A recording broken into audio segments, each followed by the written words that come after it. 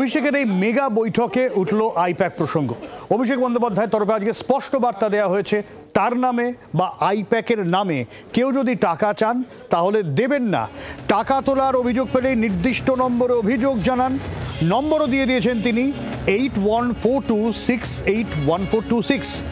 কেউ যদি বলে আইপ্যাক থেকে এসেছি, এই নম্বরে যাচাই করার কথা বলেছেন অভিষেক বন্দ্যোপাধ্যায়। তিনি আরও বলেছেন, তার অফিস থেকে যদি কেউ যান তার বার্তা আগাম জেলা সভাপতির কাছে যাবে, না হলে তাকে এন্টারটেন করা হবে না, এমনটাই বার্তা দিয়েছেন তিনি। যদি এরকম কিছু হয় তাহলে অভিষেক বন্দ্যোপাধ্যায়ের অফিসে রিপোর্ট করার কথা বলে দিয়েছেন।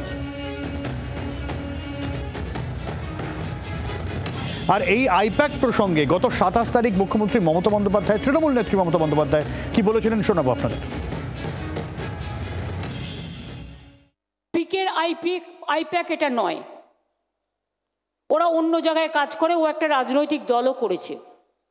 এ একটা নতুন টিম, সবাই জানে। এদের কোঅপারেশন করতে হবে, এদের নামে উল্টোপাল্টা বলা বন্ধ করুন। তার কারণ আপনাদের বুঝতে হবে যে কাজটা সবাইকে মিলে একসাথে করতে হবে। আর পাল্টা প্রতিক্রিয়া এসেছে বিজেপির তরফে। সমীপ ভট্টাচার্য বিজেপি সাংসদ কি বলছেন শুনুন।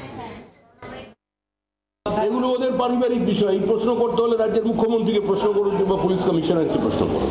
তৃণমূল কংগ্রেসের দলের আভ্যন্তরীণ তরজা নিয়ে, সেখানকার টাকা তোলা নিয়ে বিজেপি কি মাথা ব্যথা আছে? রাজ্যের মানুষ এখন তৃণমূল কংগ্রেসকে চিনে গেছে। তৃণমূল কংগ্রেস থাকবে, টাকা তুলবে, এটা তাদের অধিকারের মধ্যে পড়ে, কর্মসূচির মধ্যে পড়ে। বাংলার আওয়াজ, বাঙালির আবেগ, জি 24 ঘন্টা।